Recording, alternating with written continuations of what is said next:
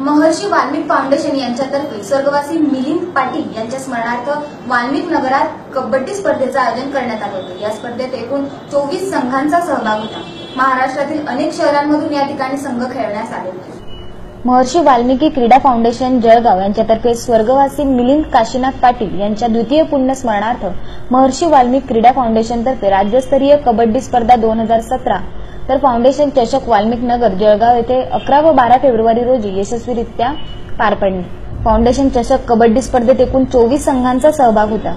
यात मुंबई, नाशिक, मनमाड, बऱ्हाणपूर, धुळे, नंदुरबार व जळगाव येथील संघांचा सहभाग होता। अत्यंत चुरशीच्या झालेल्या सामन्यात प्रथम पारितोषिक क्रीडा रसिक मंडळ तर द्वितीय पारितोषिक नेताजी सुभाष मंडळ जळगाव व तृतीय पारितोषिक ओमसाई मंडळ मुंबई यांना ललित भाऊ कोल्हे, भरत भाऊ सपकाळे आणि मुकेश भाऊ बाळीसकर अनुक्रमे यांच्याकडून देण्यात आले। तसेच स्पर्धेत मुंबईकडून प्रो कबड्डीमध्ये खेळणाऱ्या बंगाल वॉरियर खेळाडू गिरीश इरनाक यांनी संघ प्रमुख म्हणून सहभाग नोंदविला व कार्यक्रमासाठी प्रभाकर सोनवणे, शैलेश ठाकरे, भाऊभाऊ रायसिंगे, मदन सोनवणे, मिलिंद सपकाळे, शिवाजीराव शिंपी, क्रीडा अधिकारी किरण जावळे यांची उपस्थिती लाभली। महर्षी वाल्मिक तरुण सांस्कृतिक मित्रमंडळ, महर्षी व्यास युवा संस्था, वाल्मिक राज फाउंडेशन, उज्ज्वल तरुण सांस्कृतिक मित्रमंडळ जळगाव यांचे सहकार्य लाभले आणि मार्गदर्शक म्हणून भगवान तायडे, जितेंद्र सोनवणे, दीपक तायडे, निलेश तायडे, फाउंडेशनचे अध्यक्ष मनोज सपकाळे यांनी परीक्षण केले। व्हिडिओ जर्नलिस्ट जुगल पाटील सह ईबीएन न्यूज जळगाव।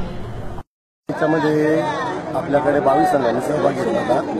त्याच्यामध्ये आपल्याकडे राज्यभरातून मुंबई, नगर, औरंगाबाद, अजून म्हटलं नाशिक अजून धुळे हे आपण दूरदूरून संघ आले होते। ते एकूण 22 संघ आलेले होते आपल्याकडे आणि सगळे संघ आपल्या मॅचेस जे आहे ते साखळी पद्धतीने खेळवल्या।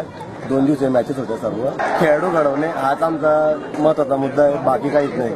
आणि आपल्या वाल्मिक नगर भागातून चांगले खेळाडू घडावे हेच आमची अपेक्षा आहे, दुसरं काहीच नाही। नाव काय आपलं? जितेंद्र दामोदर सपकाळे। आमचा उद्देश असा आहे की जे आमचे मार्गदर्शक आहे स्वर्गीय मिलिंद काशीनाथ पाटील सर यांच्या स्मरणार्थ आम्ही दरवर्षी स्पर्धा ठेवता। मागील वर्षी सुद्धा ठेवली होती आणि यावर्षी सुद्धा ठेवलेली आहे। बस खेळाडू घडवणे आणि उत्कृष्ट खेळाडू इथे निर्माण करणे हे आमचा ध्येय असतो। त्या स्पर्धा आहे ते आमच्या सरांचं स्वप्न होतं की दरवर्षी या भागातून स्पर्धा भरल्या पाहिजे, जेणेकरून चांगले विद्यार्थी, चांगले खेळाडू या भागातून घडतील आणि त्यांचं उज्ज्वल भविष्य या ठिकाणी घडेल। त्यासाठी या स्पर्धा आम्ही दरवर्षी आयोजित या स्पर्धा आम्ही दरवर्षी बदल करत असतो। काही वेळेस आम्ही वजनी गटाचा ठेवत असतो, काही वेळेस ओपन ठेवत असतो। पुन्हा सर्वांना याच्यामध्ये संधी मिळेल।